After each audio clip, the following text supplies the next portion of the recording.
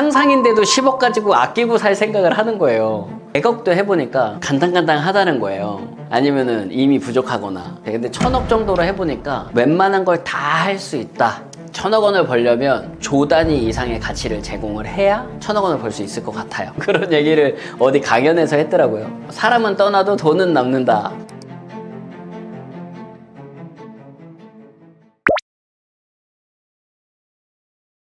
아, 네.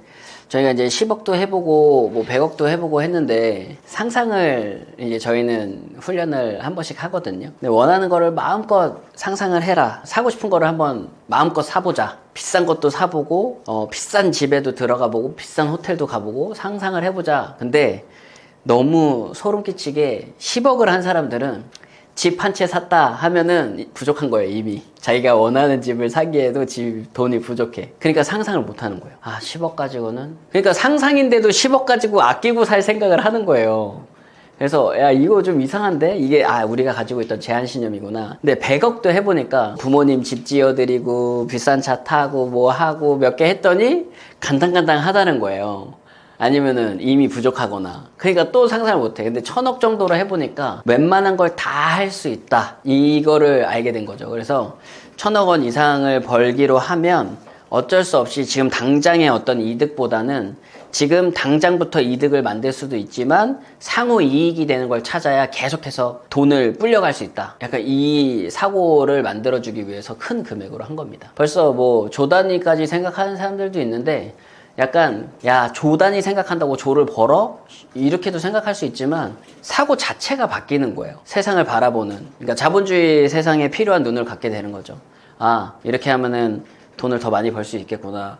결국 조 단위로 벌려면 세계로 나가야 되겠구나. 이제 이렇게 생각이 확장이 되니까 자연스럽게 프로그램을 만들더라도 영어로 만들게 되고 그런 것들이 눈에 보여지니까 아, 실로 그렇구나 이랬는데 실제로 그 조 단위 창업자가 되겠다고 계속 얘기하던 위워크 창업자 얘기가 드라마로 나와서 여기저기 나왔던 것 같아요. 근데 이제 그걸 봤더니 그 약간 투자 받아가지고 사업을 하려는 사람인데 매번 무시당하게 일수고 누구도 투자를 안 합니다. 근데 자기는 연쇄 창업 전문가다. 자기는 조 단위로 돈을 벌 거다 이러고 늘 말을 하고 살았던 사람이에요, 실제로. 그래서 그런 삶을 계속 살던 사람이 이 비싼 집을 쉐어하우스로 만들어서 살자. 니네가 투자를 해주면 비싼 집을 사람들이 나눠서 살 수 있게 하면 이거는 돈이 된다. 막 이렇게 설득을 하니까 그럼 화장실 청소는 누가 합니까? 그랬더니 각자 돌아가면서 해야죠. 여기서 이제 투자 설명에 왔던 사람들이 다 그런 집에 누가 들어가서 삽니까? 남의 화장실 청소하는 거랑 마찬가지인데 이러면서 다 무시를 해요. 그리고 실제로 투자를 못 받습니다. 그리고 거기에 왔던 투자 전문가 중에 유명하신 분이 아주 크게 무시를 하고 가요. 근데도 항상 돈이 없어갖고 저녁에 옥상에서 바베큐 파티 해갖고 그 파티에서 돈 번 걸로 또 생활하고 그랬는데 우연하게 그 여자를 한 명 만나게 되고 그 여자분이 이제 이런저런 얘기를 하다가 아이디어가 집이 아니라 사무공간을 나눠서 쓰자. 이게 아이디어가 이제 거기서 발상이 된 거예요. 근데 이분이 어떤 식으로 그 아이디어를 성공시켰나 봤더니 건물주한테 빈 공간이 있지 않습니까? 건물의 빈 공간을 이거 내가 여기서 사업하게 해주면 내가 돈을 벌게 해주겠다. 약간 근데 그게 너무 선명하게 그림을 그리고 제안서까지 그 주변에 우연하게 알게 된 어떤 동료가 생겨요. 근데 그분은 이제 제안서 만들고 이런 전문가였나 봐요. 그러니까 그 친구한테 제안서 만들어 달라고 해갖고 제안서를 돌리면서 지금 너 아니면 나 딴 데 가서 계약한다 막 이런 식으로 해서 제안서를 보게 만들고 그게 아마 세계 최초의 공유 오피스가 됐다고 제가 알고 있거든요. 그러니까 그 공유 오피스를 만들어내고 근데 이 친구는 머릿속에 항상 조 단위 생각이 있었기 때문에 여기서 끝내면 안 된다. 이건 전 세계로 뻗어나가야 된다. 이렇게 해서 사람들을 설득시키고 투자 전문가들을 만나고 막 이렇게 하면서 결국은 정말 큰 투자자를 설득시키는데 성공해가지고 어마어마 60조대의 사업이 됩니다. 대단하죠. 근데 이제 이분이 그 비전을 가지고 만들어는 놨는데 거기서 어떻게 일해야 될지는 전문가가 아닌 거잖아요, 사실은. 그래서 전문가들을 배치를 해야 되는데 돈을 아끼려고 자기들끼리 했다고 들었어요. 그러다가 이제 상장하면서 그게 그 투명하지 않다라는 것 때문에 이제 드러나가지고 회사가 거의 부도 위기까지 갑니다. 그러고 나서 이 사람들이 부도가 되기 직전에 매각을 2조 원에 매각을 해요. 사람들이 에휴 망했어 이렇게 하는데 2조가 망한 겁니다. 그 생각이 드는 거예요. 그러니까 자기는 조 단위 사업가가 되겠다고 막 하고 연쇄 창업자라고 해놓고 그걸 다 이루고 2조를 가지고 엑시트를 했습니다. 대단한 성공을 한 거죠, 사실은. 그리고 저는 진짜 소름 끼쳤던 게 그 공유 오피스 위워크가 서울역 앞에 서울스퀘어 아시죠? 거기 꼭대기에 위워크라고 써 있습니다. 그 프로세스가 한국에도 들어와 있구나. 이거를 제가 그때 처음 알게 된 거예요. 제가 이게 꼭 1,000억 원을 벌어야 돼? 1,000억 원, 난 1,000억 원까지는 필요 없는데. 근데 만약에 내가 1,000억 원을 벌 능력이 있고 얼마든지 그것을 해낼 능력이 있다면 굳이 낮출 필요가 있을까? 그러니까 무한한 생각을 하게 하는데 필요한 금액은 1,000억 원 이상이라고 생각을 했습니다. 저희도 처음에 이제 10억 벌었다 막 이렇게 했었는데 약간 어느 순간 되게 많은 제약을 하더라고요, 스스로. 10억이면 택도 없겠구나. 사람들은 돈에 대해서 다 돈을 벌긴 어려운 거야, 혹은 돈 벌려면 굉장히 힘들어야 돼 라는 제한신념을 가지고 있는 것 같아요. 그리고 돈 얘기하는 사람은 나쁜 사람이야, 돈은 중요하지 않은 거야, 약간 이런 제한신념이 굉장히 많이 쌓여 있는 것 같아요. 저도 그랬고. 근데 1,000억 원을 벌겠다라는 생각을 하고, 그게 제가 약속드릴 수 있는 거는 2개월에서 3개월 사이입니다. 그때쯤 되면 사실 그 전에 대부분 경험하는데 나도 진짜 돈을 벌 수 있겠다, 나도 능력이 있어, 이게 사실 이제 저희 내면 언어라고 하거든요. 무의식의 프로그램된 언어. 근데 어느 순간부터인가 나 1,000억 벌 수 있겠는데? 나 1,000억 진짜 있으면 1,000억을 벌고 싶은데? 근데 1,000억 원을 벌고 싶은데 내가 이렇게 잘 살고 싶은데 해서 시작이 되고, 제한신념이 없어지면 어떻게 이게 퍼져나가냐면, 제가 1,000억 원을 벌었고 주변 사람들한테 정말 긍정적 가치를 제공을 했다면 엄청나게 많은 사람들이 저나 저희 회사에 고마워할 것 같아요. 거기까지 한번 생각을 해봤더니 너무 뿌듯한 거예요. 그래서 1,000억을 버는 삶을 살자가 아니라 사람들한테 1,000억 원 이상의 가치를 주는 가치로운 삶을 살자, 이렇게 바뀌더라고요. 처음에는 진짜로 돈 벌 생각을 안 하고 살았구나 해서 돈을 벌자였는데, 계속 1,000억을 벌려면 어떻게 해야 될까 했더니 그 삶이 처음에는 막 퍼스트 클래스 타고 세계여행 다니고 크루즈 타고 세계여행 다니고 막 이런 쪽으로 뻗어나가요. 왜냐면 이제 사람들이 좋다고 했던 것들. 근데 그걸 계속 생각하다 보면 생각보다 빨리 그런 것들에 대한 만족도보다 주변 사람들이 고마워한다는 거에 대한 만족도가 훨씬 더 크다는 걸 알게 됐어요. 그러니까 1,000억 원을 벌려면 제 생각에 조 단위 이상의 가치를 제공을 해야 1,000억 원을 벌 수 있을 것 같아요. 그렇죠? 사람들이 체감할 때 10배 이상은 체감을 해야 되니까. 그렇다면 내가 그것을 제공할 수 있는 사람일 수 있을까? 라는 질문을 했다면 맞다라고 스스로 대답해 줄 수 있으면 그게 제한신념에서부터 조금씩 벗어나기 시작합니다. 그리고 1,000억 원을 벌었다라고 하면 계속 머릿속에 내가 할 수 있을까? 난 할 줄 아는 게 없는데, 혹은 내가 뭐 이뤄놓은 게 없는데, 그게 제한신념이에요. 본인이 무한한 능력이 있다는 것을 믿지 못하고 그동안 세상에서 정의한 자신의 모습, 그렇지 않습니까? 누구도 본인한테 능력이 없다고 안 했어요. 누구도 본인한테 할 수 없다고 하지 않았어. 그리고 그 어떤 누구도 할 수 없다라고 얘기할 수 없는 거죠, 본인이 하겠다고 선포하면. 그래서 제한신념은 약간 내가 할 수 있을까? 누가 도와줘야 된다라는 생각도 제한신념. 스스로 얼마든지 할 수 있고 그게 가장 재밌다라는 것을 꼭 경험해 보셨으면 좋겠습니다. 약간 성공한 운동선수들 인터뷰들을 제가 많이 찾아봤는데 우선은 지는 걸 정말 싫어합니다. 그리고 이기기 위해서 어떻게 해야 될지라는 생각으로 가득 찬 사람들이에요. 그래서 성공한 운동선수들을 보면 약간 삶 자체가 그 어느 하나 벗어나지 않습니다. 머릿속에 그 생각으로 가득 차 있어요. 그래서 운동을 다른 사람들보다 좀 덜 하더라도 좀 더 창의적인 생각을 가지고 있기 때문에 뇌가 거기에 맞게 신체를 조절을 한다고 저는 확신하거든요. 그러니까 탁구를 죽어라 쳐도 안 느는 사람은 안 늘어요. 성공한 사람들은 보면 어떻게 쳐야 훨씬 더 효과적으로 치고 어떻게 쳐야 상대방이 못 받을지를 계속 생각합니다. 그렇죠? 내가 어떻게 받아야 상대방에게 더 불편하게 공이 가는지 이런 걸 계속 생각하니까 그거를 계속 고민하다가 이렇게 해볼까 저렇게 해볼까 하면은 계속해서 훈련을 할 때마다 이게 진짜 제일 좋구나, 이렇게 하니까 사람들이 못 받는구나, 이게 머릿속에 가득하니까 그거에 관련돼서만 하는데, 그냥 성공하지 못한 운동선수들은 운동량이 많죠. 아니면 운동량도 많지 않을 수 있고. 그래서 운동량이 성공의 기준이 되는 건 절대 아니다. 이거를 말씀드리고 싶고, 일반적으로는 저도 이제 운동선수였는데 한 번은 진짜 열심히 하는 선배들 따라서 정말 열심히 해봤거든요. 안 늘어.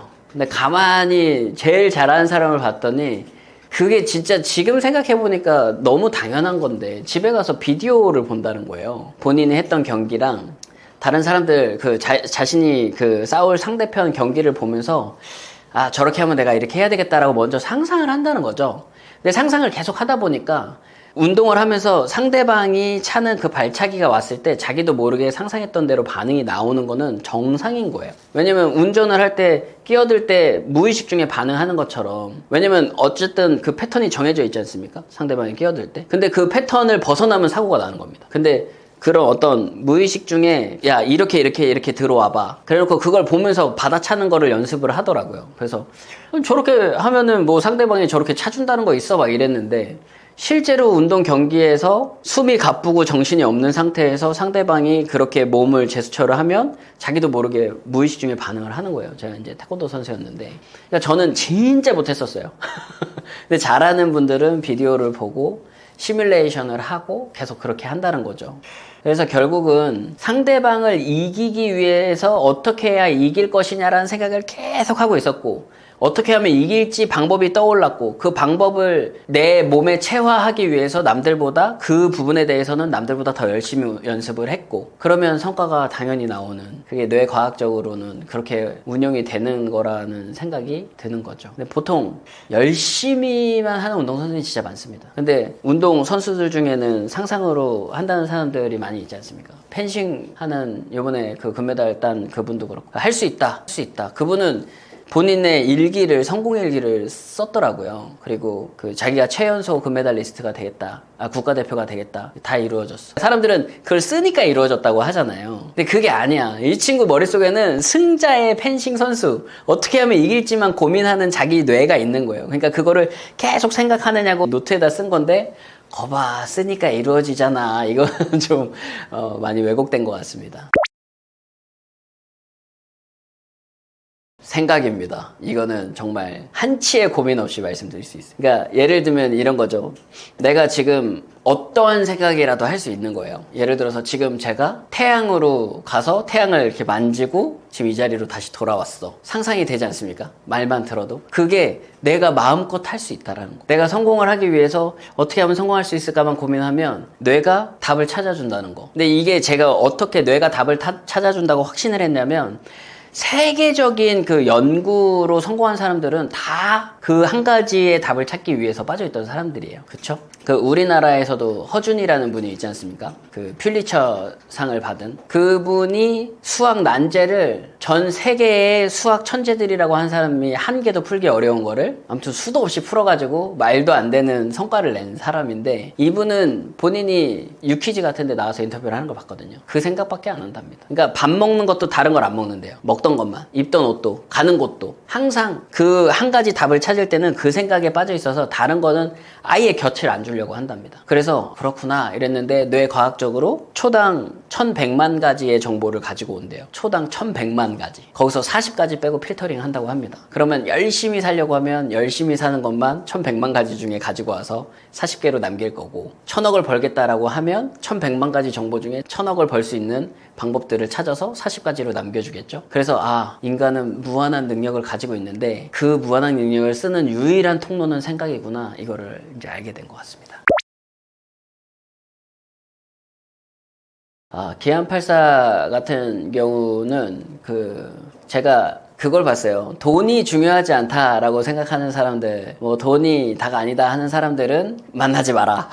뭐 그런 얘기를 어디 강연에서 했더라고요. 사람은 떠나도 돈은 남는다. 약간 이런. 근데 이분이 제가 굉장히 리스펙을 하는 분인데, 그 이유가 누가 봐도 조금 일반인이랑 좀 다르지 않습니까? 약간 소매로 코 풀고, 여기다 코 풀고, 손 씻고, 지저분한 걸로 손 다시 닦고, 냄비 뚜껑에 그 태그가 붙어 있는데 그것도 안 띄고 그냥 하는데 냄비 닦지도 않고 그냥 물을 부어서 거기다 요리를 하는 거예요. 그래서 냄비 왜 안 닦어? 새 거 산 건데 왜 닦어? 약간 이런 식이에요.